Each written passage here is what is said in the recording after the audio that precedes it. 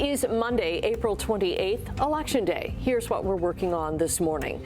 The death toll is expected to rise after an SUV was driven into a crowded street festival in Vancouver. Canadians are heading to the polls today to elect a new federal government. And the Edmonton Oilers tie their series with the LA Kings.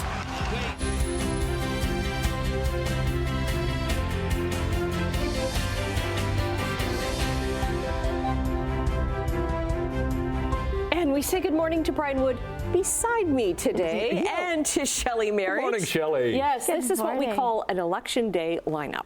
Yeah. That's what this, okay, yes. we'll go with that. I like resources that. are being moved around all over the place. So you're going to be, both of you are going to be with us for the next couple of days in these spots. That's and right. Brian and I never get to work together. Exactly. Which is nice. Yeah. I don't think we ever have, really. I don't think so unless it's an event on location, but not in the building, no. Hey, nice to see you, Shelley. Wow. Good. This will be fun. Yeah, you're going to have to resist the urge to talk about weather and traffic. I know. I feel like I'm in the wrong spot. I have this gravitational pull over to the weather center.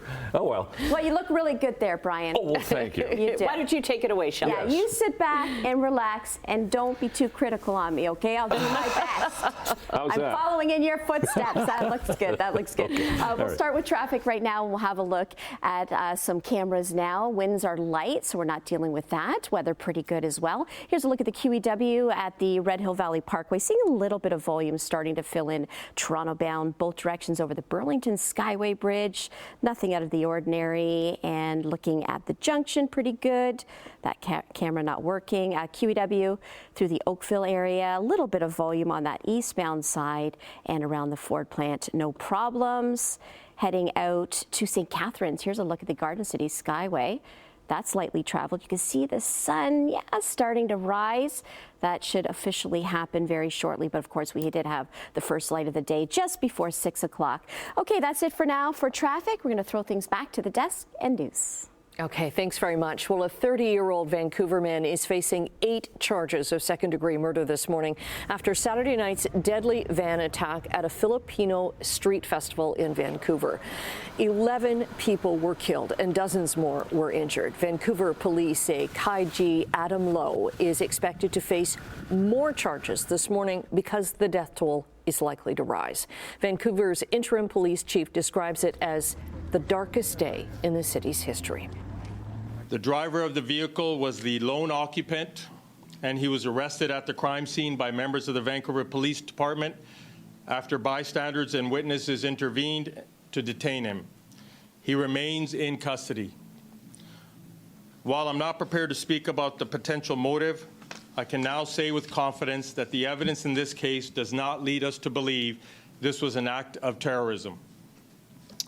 I can also tell you that the person we have in custody does have a significant history of interactions with police and healthcare professionals related to mental health. And those killed were between the ages of 5 years and 65. Large crowds gathered at a vigil the day after the attack to mourn the 11 people killed in the devastating incident.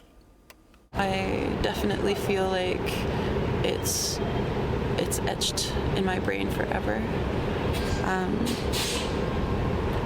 I don't know how anyone could, try to forget. It's kind of like you can be strong and weak at the same time. And the efforts with gathering with not just the Filipino community, but everybody. And if you've been to a Filipino event or organizer, there is a saying called isang baksak. And it means when one falls, we all fall. But again, when one rises, we all rise. A temporary memorial has been set up at a park near Kensington Community Center with flowers, cards, and notes left by attendees. Organizers say these tributes will later be moved to memorial closer to the site of Saturday's tragedy. Meantime, the Philippine Consulate General in Vancouver warned on Facebook yesterday about fraudulent online fundraising campaigns linked to the Lapu-Lapu Day attack. They say it has not authorized any such efforts, despite some GoFundMe pages using its official message. Yeah, the federal party leaders had quieted their campaign activity on the final day before today's vote after the deadly attack in Vancouver. The strength and the resilience of the Filipino-Canadian community is exemplified by the Tagalog term Bayanihan. It captures the Filipino spirit of community, of cooperation and unity to achieve a common goal. And it's this spirit upon which we must draw in this incredibly difficult time. Last night, horror struck in a place filled with joy. I was at the Lapu-Lapu celebration just before the attack happened. I saw families gathered together. I saw children dancing. I saw pride in culture, in history, in community. It's heartbreaking to think that such joy could be torn apart so violently, so suddenly. To the families, to the survivors, to everyone grieving today, we see you, we mourn with you, we stand with you. We should all take a moment to acknowledge the terrible tragedy that unfolded late yesterday in British Columbia. All of our hearts and prayers are today with Canada's brilliant and proud Filipino community. We should mention that NDP leader Jagmeet Singh had been at that festival just hours before the attack. Now, recent polls show the Liberals are leading in the election race, but are still in a head-to-head battle with the Conservatives. Well, Canadians are heading to the polls today to elect a new federal government after a short but intense 35-day campaign trail. Simone Gavros joins us live at one polling station in Hamilton Centre with more. Good morning, Simone. Good morning, Brian. Well, yes, voting opens today across Canada, and polling stations are going to be open for 12 hours from 9:30 a.m. to 9:30 p.m. Now, as we heard earlier, all major party leaders paused their campaigns yesterday to address the deadly attack in Vancouver. But here's more from them across the campaign trail over the weekend. We can control our economic destiny with the right plan, because in a crisis, plan beats no plan.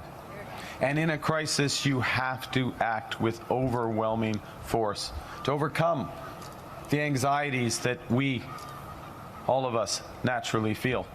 You have to act with overwhelming force to cut through the fog of uncertainty that businesses face. And you have to act with that force and that power to give back more than the crisis is taking away. We'll incentivize our municipalities to speed up permits, free up land, and cut their development charges as well to bring $100,000 of taxes off of the homes. We will sell off unused federal land and buildings for 300,000 future homes to be built. And we will incentivize cities to permit 15% more homes, all of which will allow us to build 2.3 million homes over the next 5 years, so you can get a start for a change. Even when we're not in government, we're actually able to deliver for people like dental care. So just reminding people that it's because of them that we were able to achieve these things. So if they want someone to fight for ordinary people, regular folks, not the billionaires, and they want someone that's actually going to fight for you and your family, vote NDP. Yes. Right, to build our kind of Canada, a Canada that's there for people, for everyday folks. That's our opportunity. So just reminding people that in the last push.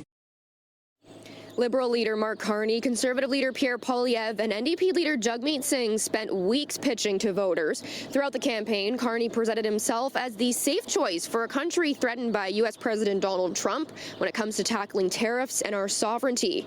Carney was off the campaign trail a number of times to act as prime minister to address the pressures coming from across the border. Poilievre focused on addressing crime and the high cost of living, and Singh pushed to protect social programs under threat. Now, so far, around 7.3 million people have already voted in advance polls, a 25% increase compared to the last election. But if you're headed to the polls today, they are open for 12 hours from 9:30 to 9:30 p.m. Now, by law, your employer must give you 3 consecutive hours off to cast your vote. Advance polling saw long lines last time, but Election Canada says that peak times are in the early morning and after 4 p.m. Now, many people likely received their voter information card in the mail, something similar to this, and it lists all the information that you need in order to go to your voting polling stations as of today. If you didn't receive this card, that's okay. All you need is a valid piece of ID. Once you go to your voting polling station, all those details are available on electioncanada.ca. For now, sending things back over to you, Brian. Join us tonight for our special Your Home, Your Vote federal election coverage starting at 8 p.m. We'll be bringing you up-to-the-minute results along with live updates from party headquarters and local ridings. And you can watch our special coverage on CHCH and stream it live on Parrot TV. In Sportsline this morning, the Edmonton Oilers have tied up their NHL playoff series with the Los Angeles Kings. Hands off to McDavid. Back to Draisaitl. Waits. Nugent Hopkins. McDavid redirects. Leon Draisaitl scored on a power play in overtime as the Oilers beat the Kings 4-3. So both teams now have 2 wins. Calvin Pickard made 38 saves in the Edmonton net for the win. Game 5 goes tomorrow night in Los Angeles. And back up ice comes McDowd. Hands it off. Scores. Brandon Duhaime puts it into the empty net, and the Capitals take the 4-2 lead. Brandon Duhaime scored a pair of goals, and Andrew Mangiapane buried the game-winning goal to help the Washington Capitals beat the Montreal Canadiens 5-2. The Capitals lead 3-1 in the first-round series. The teams head back to Washington, where the Capitals won their first 2 games. For Game 5, that's coming up on Wednesday night. Dylan DeMello looking for it. Letty. One-timer up, put in, and they score! It's Tyler Tucker, Brendan Chen, and Justin Falk each scored second-period goals to help the St. Louis Blues beat Winnipeg 5-1. So that ties their playoff series at 2 each. Kyle Connor scored the lone goal for Winnipeg. Connor Hellebuyck made 13 saves for the Jets before being pulled in the third period. Game 5 on the series is on Wednesday night.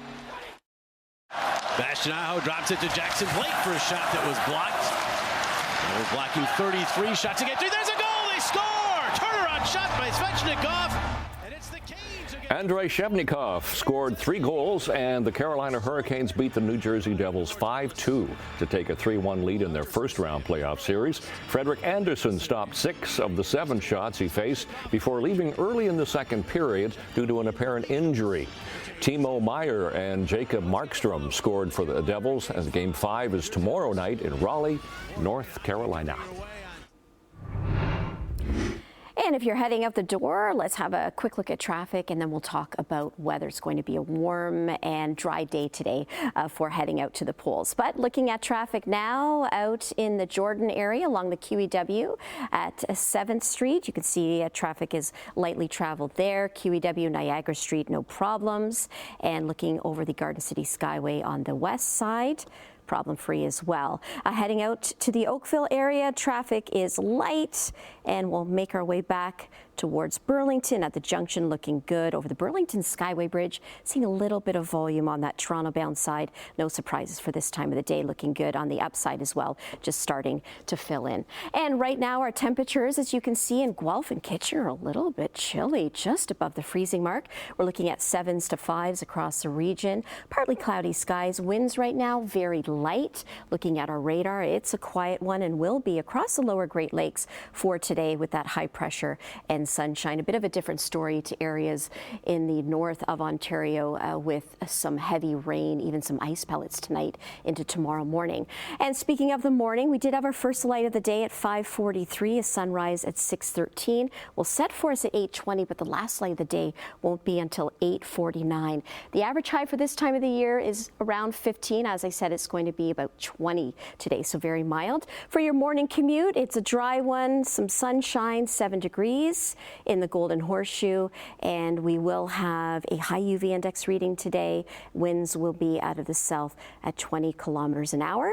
And for tonight, our low will be 12. Partly cloudy skies, some gusty winds though, really picking up tonight and tomorrow as well. Speaking of tomorrow, we will have a high, look at that, 24, and starting to talk about humidexes. although that's not going to last. It's short-lived. Don't get too excited if you like the heat. And with that heat, though, we have the recipe for some thunderstorms. Highest probability will be in the afternoon. That's it for traffic and weather. Back to news. Okay, thanks very much. Right. Well, coming up after the break, we're going to say good morning to Emily with a preview of what's to come in Chitchat. And in business news, Chinese officials seem unfazed by Donald Trump's trade war. I'll tell you what they're doing in business news. Just after 6:17, and we say good morning to Emily Vukovic. Yes. Thank you, Emily, for pointing out that I was looking a little low here. I was sitting like this. I was looking up, doing this. Show slowly shrinking. Okay, that's better, huh? I think you need to raise your chair just a little. Yes, that's much better. Yeah, You look Okay, is good. that better? All right, Yeah, all much right. better. Very Okay, poised. I You feel look great. better now. Thank you. Okay, well, coming up in Chit Chat, Michelle Pfeiffer was honored in Hollywood this weekend. Haven't heard from her in a while. Beyonce, well, she's getting ready for her highly anticipated tour, but not coming to Canada. Thanks, remember Queen when Bee. Taylor Swift did this, and then I she know. did a big Canadian production? I know, that's what I'm thinking Yeah. too. And later on this morning, Cheech and Chong are reuniting one last time. What? That's the best part of the morning so far. Your head will explode more on the couch in just a few minutes. Yes. Okay. Okay, thanks very much. Well, the Canadian dollar in overseas trading is down 17 basis points this morning, trading just over 72 cents U.S. Gold is down $8.70 an ounce. Crude oil is down a dime, trading just under $63 a barrel. Checking midday trading in Europe, markets are up across the board with triple-digit gains in Frankfurt. And over in Asia, markets were up in Tokyo, but down slightly in Hong Kong and Shanghai. In North American markets, the TSX lost 17 points on Friday. The Dow added 20 points, and the Nasdaq gained over 200. U.S. stock futures are down in pre-market trading ahead of a big week of earnings reports. China's leaders have shrugged off the potential impact from U.S. President Donald Trump's trade war, saying that they have the tools needed to protect jobs and limit damage from higher tariffs on Chinese exports. Several senior officials in Beijing have promised support for Chinese companies and the unemployed, and also easier lending conditions to counter the impact of combined tariffs of up to 145% on U.S. imports from China. Today's briefing followed last week's meeting of China's top officials who discussed ways to address slowing exports caused by higher costs in the key U.S. market. Swiss officials were on opposite sides of the world. The Swiss president was in Washington discussing tariffs on Swiss goods. At one point, Swiss imports were facing a 31% tariff threat, higher than the 20% rates planned for the European Union products.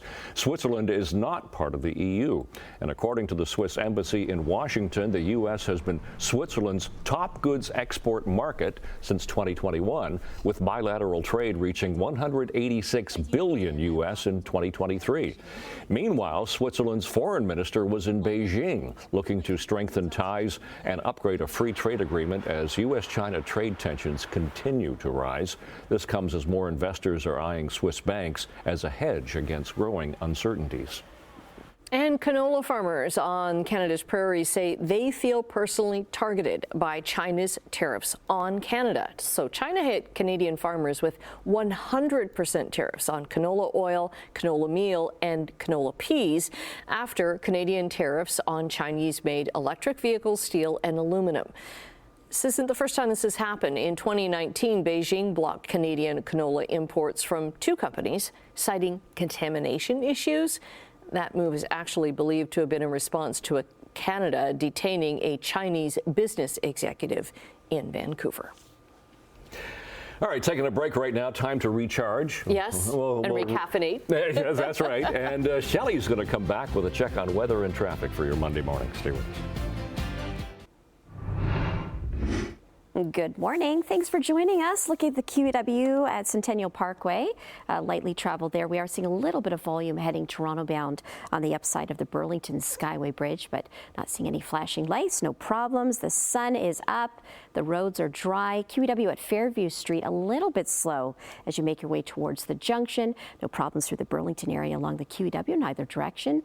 little bit of slowdowns, or I wouldn't even call it a slowdown, through the Appleby Line area, and it's filling in both directions through Trafalgar around the Ford plant. We'll head out to the 406 south of the QEW in St. Catharines. That is moving quite well, and over the Garden City Skyway. This is the east side, and you can see just a few cars. I could count them very quickly. 1, 2, 3. There you go. That's always a good sign. QEW at Ontario Street, not too bad either. Looking at our surface analysis, we do have high pressure that will dominate across most of southern Ontario. Lots of sunshine today, warm temperatures. We'll have a southerly flow. A little bit of a different story to the far north with the system that's going to bring rain and then a little bit of mixing ice pellets and some snow, even wet snow overnight, but that's to the far areas of northern Ontario. And then we do have a chance of some showers tomorrow afternoon. The highest risk will be in the afternoon and early evening hours. It's going to be quite warm tomorrow as well with 24. So that will be short-lived. We'll have 2 days of this, let's say, summer-like temps. 16, a little bit closer to seasonal on Wednesday, but hanging on to that sunshine. And then we drop down to only 8 on Thursday. Thursday, there is a chance of some showers. 12 on Friday, a chance of showers there. And then back to 9 again on Saturday. I know, a little bit of a slow climb upward, and I don't even see it going upward at the end of the 7-day. Sunday, a high of only 11 with a mix of sun and cloud. And look at that, overnight Saturday, 2. Although, as we like to say, right, Brian, with the 7-day, it can always change. Oh, yes. Don't hold us to it. That's right. And hopefully it will change and get a little bit milder for the first weekend in May coming up. Yay! All right, 6:26. Here's a real Mother Goose story for you this morning. It's about a family of Canada geese with 5 goslings. Oh, how cute. They were stuck on the roof of a hotel in Atlanta, Georgia. The goslings, who are too young to fly, had no way to follow their parents back and forth to a nearby pond, which was 4 stories below. After some trial and error, a longtime volunteer with a wildlife center captured the mom and goslings. Okay, I want to know how they did that, because these are so violent and protective of their young, but somehow got them down to the pond, and that's where Father Goose was waiting. The rescuer says while the rooftop goslings had never been on the ground or in the water before, they adjusted pretty quickly. Yeah. Not only can they move fast, but they have a really mean bite. It's yes, like, whoa, yes. Step back away from that thing. and rightfully so. Let them do their thing. Yeah, exactly. Well, that's good news. Yeah. Okay, we've got lots more to come. I hope you stay with us. We'll take a quick break and come back.